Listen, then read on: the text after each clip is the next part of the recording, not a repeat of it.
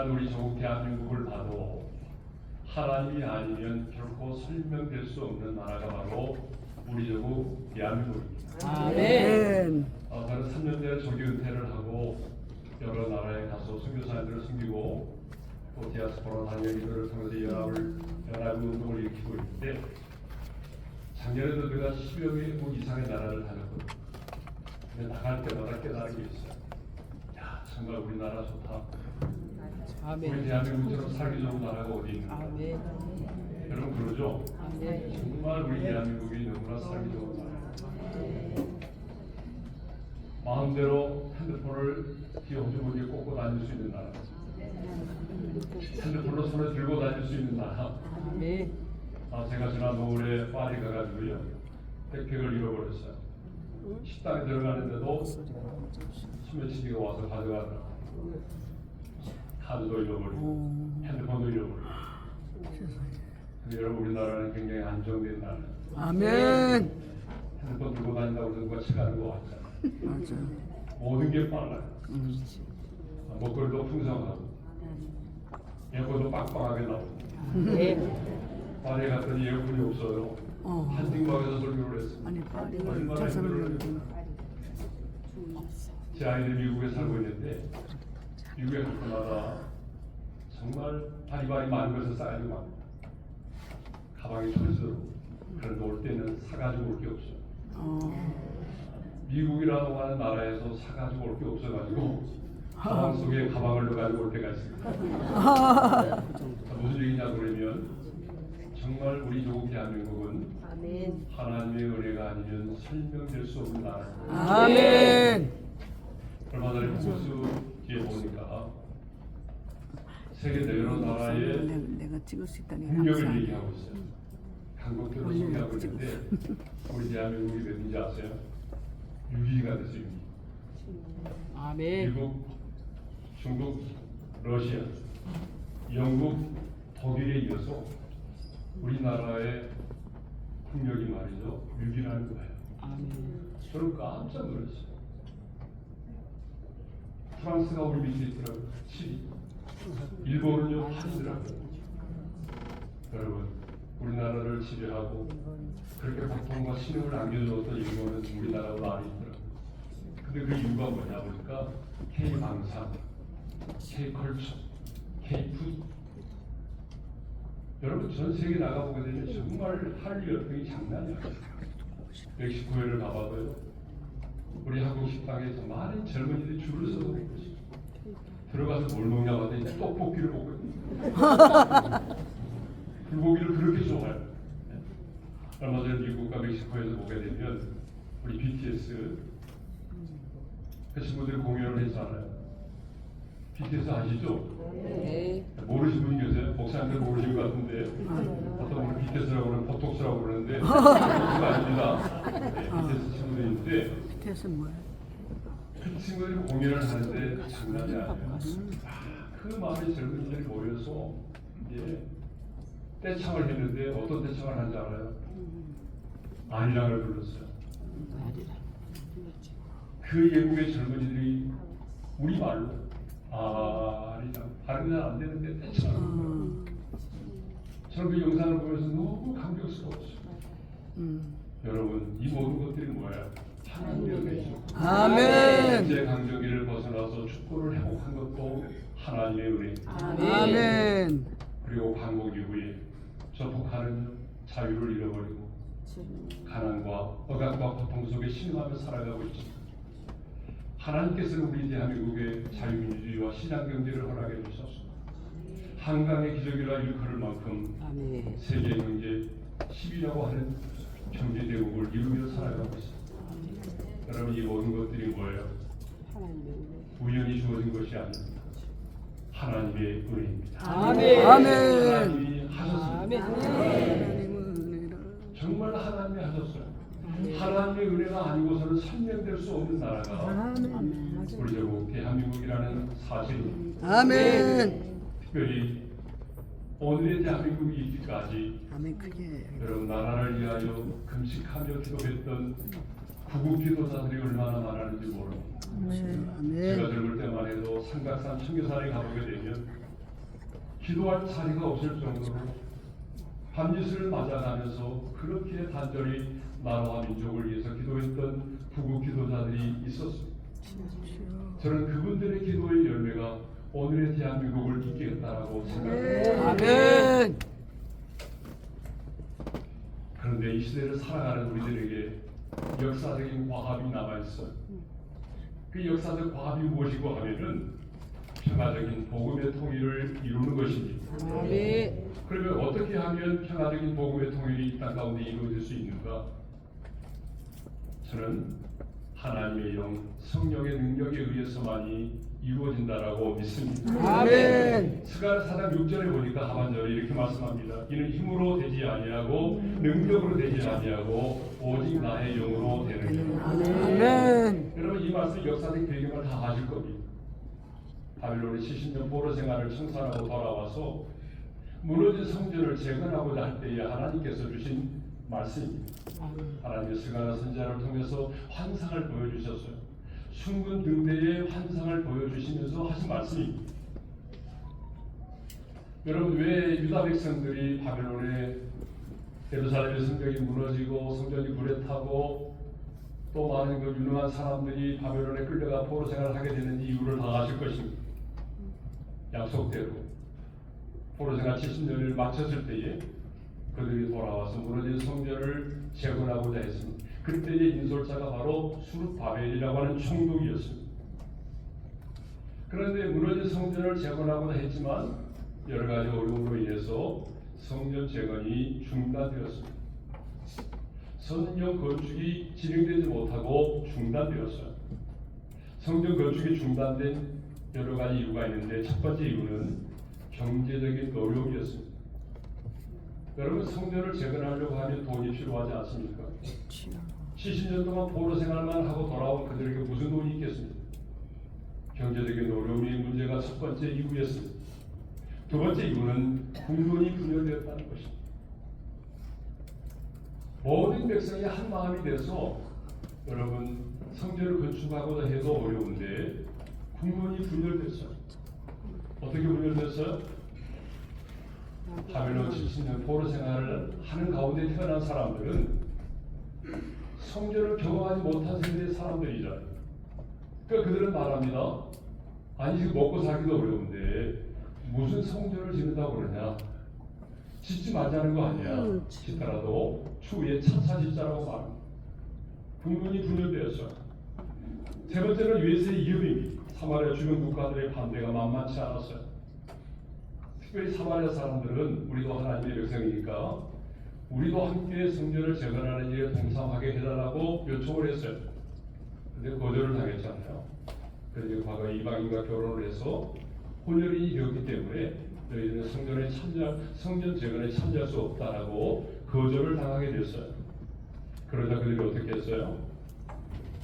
페르시아의 아닥사스 왕에게 편지를 보냈어요. 왕이요. 저 유대인들이 왕을 대적하기 위해서 지금 성벽을 쌓고 그곳에 성읍을 쌓고 있습니다. 그러자 아닥사스 왕은 어떻게 했어요? 공사를 중단하라는 명령을 내렸습니다. 자, 현실적으로 보게 되면 성전을 재건할 수가 없는 상황입니다. 국론은 분열되어 있죠. 돈은 없죠.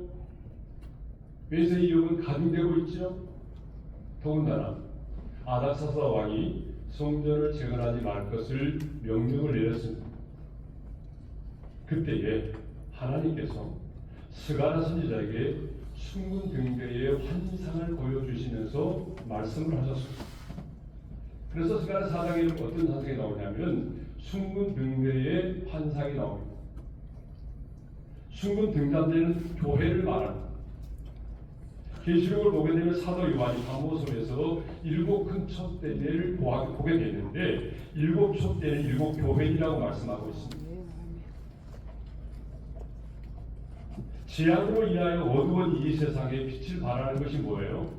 교회라는 것입니다. 아멘. 교회의 사명은 죄악으로 인하여 어두운 이 세상에 생명의 빛을 발하는 것입니다. 아멘. 그런데 교회를 숭근 등잔대로 표현한 것은 교회는 금같이 귀하고 시간이 지나도 금이 변하지 않는 것처럼 교회의 본질은 변하지 않아야 된다라고 하는 것입니다. 아멘. 금이 귀한 것처럼 주님은 주님이 피를 갖추고 세우신 몸된 교회를 사랑하시고 소중하게 여기십니다. 아멘. 저는 시대가 아무리 약해도 이 시대의 교회만이 소망이라고 믿습니다. 아멘. 여기서 말하는 교회는 건물로서의 교회를 말하는 것이 아니라 주님이 피로 갖추고 세우신 몸된 교회로서의 교회를 말하는 것입니다. 아멘. 주님이 교회를 사랑하십니다. 아멘. 주님이 교회를 소중히 여기십니다. 그리고 교회의 본질은 변하지 않아야 됩니다. 아멘. 우리가 이 세상 속에 죽어가는 사람들에게 복음을 전하기 위해서 세상 속으로 들어가야 되고 때로는 교회 문턱을 낮추기도 해야 되지만 그렇지만 교회의 본질은 변하지 않아야 된다는 사실입니다. 아멘. 두 감람나무가 나옵니다. 이 두 감람나무는 여러 이단들이 여기서 나왔지만 여호수아와 스룹바벨을 말하고요. 여기 나오는 기름은 뭘 말할까요? 성경을 의미합니다. 아무리 숭근 등잔대와 등잔이 준비되어 있을지라도 숭근 등대와 등잔이 준비되어 있을지라도 성령의 기름 부심이 없으면 교회는 빛을 발할 수 없다는 사실입니다. 아멘. 아무리 많은 사람들이 모이고 교회가 화려하게 건축이 되어 있을지라도 성령의 강력한 기름 부심이 없으면 교회는 시대적 사명을 감당할 수가 없는 것입니다. 아멘. 아무리 교회 안에 똑똑하고 유능하고 재능이 많은 사람이 모였다고 할지라도 성령의 기름 부심이 없으면 교회는 빛을 발할 수가 없는 것입니다. 여러분 30년, 40년 전과 비교해 보세요. 30년, 40년 전에 교회 안의 성도들을 보게 되면 사실 대학을 나오신 분들이 많지가 않았어요. 그렇지만 지금은 어떻습니까? 대학을 안 나오신 분이 거의 없어요. 유능한 사람, 똑똑한 사람, 지식 있는 사람 얼마나 많습니까? 그럼에도 불구하고 교회가 시대적 소명을 감당하지 못하고 점점 이 어두운 세상 속에 빛을 발하지 못하고 있는 중에 하나가 뭘까요? 여러 가지 이유가 있습니다만 저는 그 중에 하나가 바로 성령의 충만한 기름 부음을 받지 못했기 때문이라고 믿습니다. 아멘. 여러분 성령의 충만이라고 하는 것은 뭐 펄쩍 뛰고 자빠지고 그런 것이 아닙니다. 성령의 충만이라고 하는 것은 그 성령님께서 우리의 생각과 감정과 인격과 의지를 지배하고 다스리는 것입니다. 아멘. 성령님이 내 감정을, 내 의지를, 내 생각을 지배하고 다스리고 그래서 우리가 성령님의 지배를 받고 성령님의 인도하심을 따라 살아가는 것이고 성령의 충만인 줄로 믿습니다. 아멘. 선지자 스가랴는 하나님께서 보여주신 이 환상을 보고 천사에게 물었습니다. 이것들이 무엇이냐라고 물었더니 그때 하나님은 천사를 통하여 스룹바벨에게 이렇게 말씀하셨습니다. 이는 힘으로 되지 아니하며 능력으로 되지 아니하고 오직 나의 영으로 되느니라. 아멘. 그때 주신 말씀입니다. 그러니까 스룹바벨아 잘 들어라. 너희는 지금 돈도 없고 국론도 지금 하나 되지 못하고 성전을 짓더라도 나중에 짓자고 말하고 외세에 위협이 있고 아닥사스다 왕이 성전을 건축하지 말라고 성전 재건 건축을 중단시키는 명령을 내렸고 그래서 지금 아무것도 할 수 없다고 말하지만 아니다. 성전을 재건하는 일은 인간의 힘, 군대의 힘, 재물의 힘으로 되는 것이 아니라 오직 나의 영으로 되느니라. 이렇게 말씀을 하신 것입니다. 무슨 말이죠? 여러분 성전을 재건하는 일에만 해당되는 말씀이 아닙니다. 하나님께서 원하시는 주의 일은 하나님께서 행하시고자 하는 모든 일은 여러분 성령의 능력이 아니면 불가능하다는 사실입니다. 여러분 우리가 오늘 함께 기도하고자 원하는 평화적인 복음의 통일도 마찬가지입니다. 인간의 힘과 능력으로 되어지는 것이 아닙니다.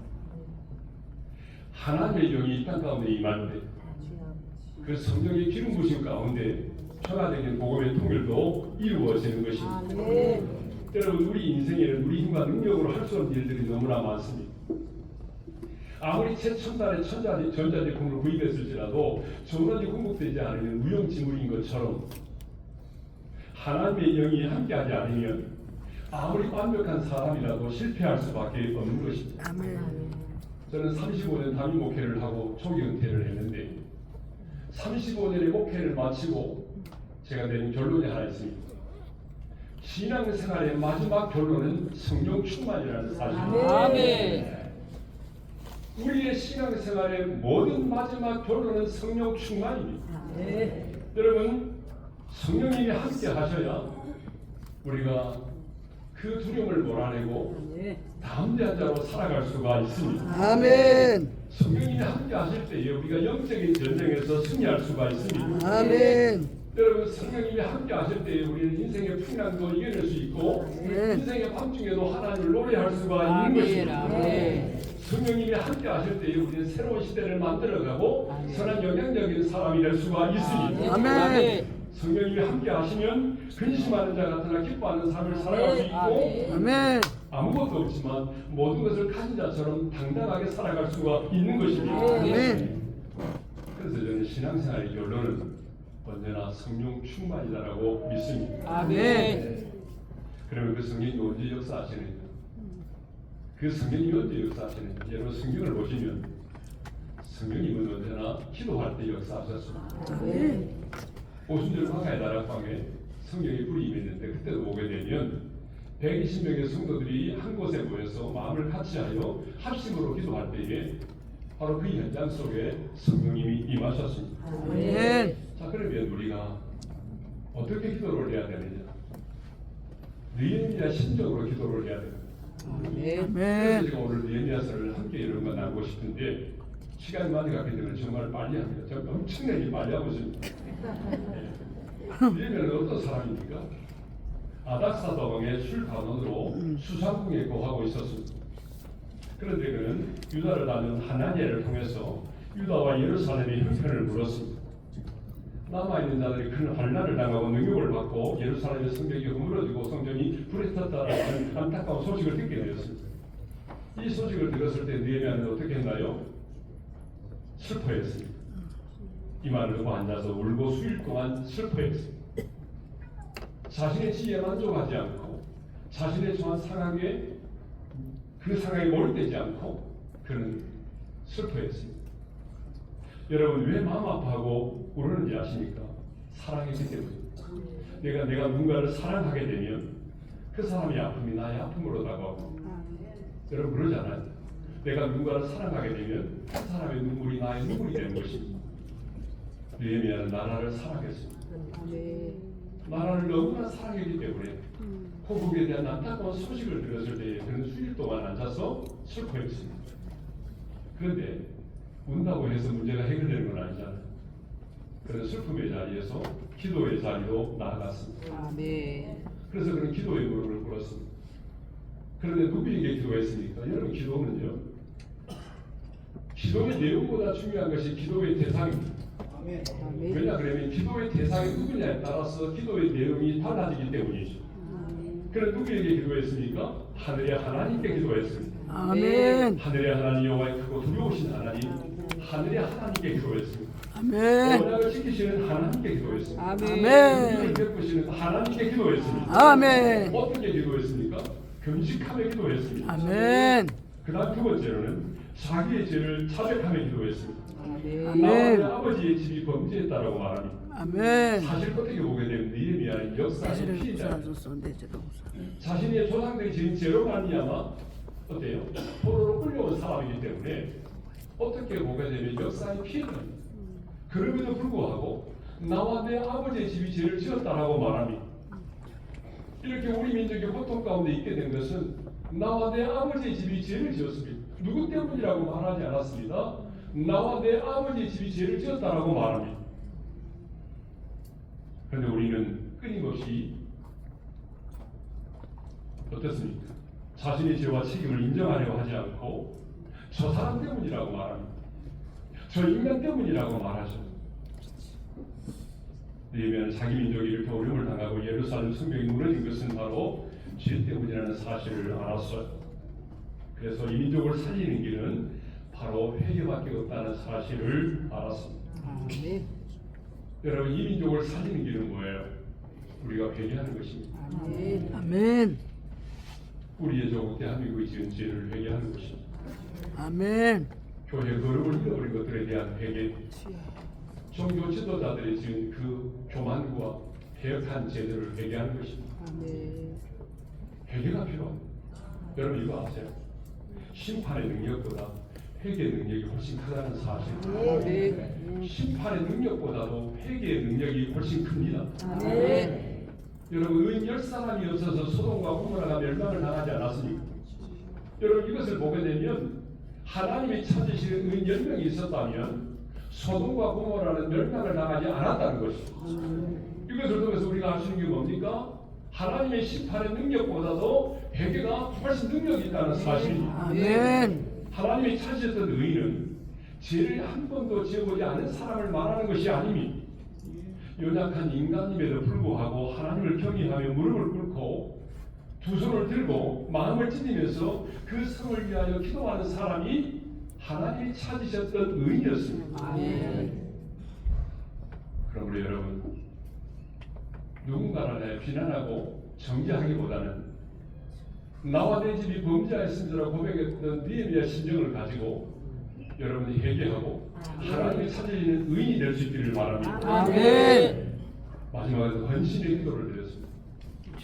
니에미야가 드렸던 기도는 헌신의 기도입니다. 자, 여러분 이 말씀만은 시간이 갇혀 있습니다. 11절입니다. 다 같이 시작. 오늘 종이 통하여 이 사람들 앞에서 은혜를 입게 하옵소서. 니에미야는 하나님 앞에 기도할 때에 자신을 드리는 헌신의 기도를 드렸다는 것입니다. 여러분, 이 기도를 드리기까지 니에미야에게는 여러 가지 마음의 갈등이 있었을 것입니다. 하나님, 내가 어떻게 해서 이 높은 자리까지 올라갔습니까? 지금 나는 수상궁에서 금과 사과로 만들어진 이 수상궁에서 왕과 함께 지내고 있습니다. 내가 어떻게 해서 얻은 지위입니까? 내가 지금 어떻게 해서 이렇게 바꾸는 축복입니까? 그런데 기도할 때마다 하나님은 아니다. 네가 가야 한다. 예루살렘을 성벽을 재건하고 성전을 재건하는 일에 네가 헌신해야 된다. 그래서 여러분, 니에미야는 헌신합니다. 오늘 종이 형통하여 이 사람들 앞에서 은혜를 입게 하옵소서. 주님, 예루살렘의 성벽을 재건하는 일에, 그 무너진 성전을 재건하는 일에 나를 사용하여 주십시오. 그는 기도만 하지 않았습니다. 자기 자신을 드렸습니다. 헌신했습니다. 여러분, 하나님은 지금 우리에게 어떤 사람을 찾으신 줄 아십니까? 바로 헌신된 사람을 찾으십니다. 아멘. 아까도 어떤 목사님 말씀을 해주셨는데 지금 우리나라가 자유민주주의와 시장 경제가 무너져 가고 있습니다. 심각한 위기 가운데 있습니다. 하나님, 우리의 자유민주주의와 시장 경제를 지키는 일에, 우리 대한민국의 정체성을 지키는 일에, 평화적인 복음의 통일을 이루는 일에, 이 땅에 하나님의 나라를 확장하는 일에 주님 나를 도구로 사용하여 주십시오. 아멘. 내 자신을 주님께 드립니다. 아멘. 여러분, 많은 사람들이 기도는 하지만 자신을 드리는 헌신의 기도는 하지 않습니다.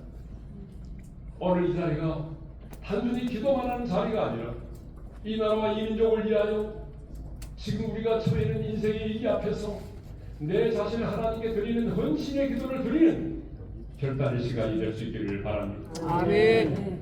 설교를 마쳤습니다. 진짜 빨리였습니다. 우리 아버지 하나님, 감사합니다. 우리 자신도 하나님의 은혜가 아니면 설명될 수 없지만 우리 조국 대한민국도 하나님의 은혜가 아니면 설명될 수 없습니다. 하나님이 하셨습니다.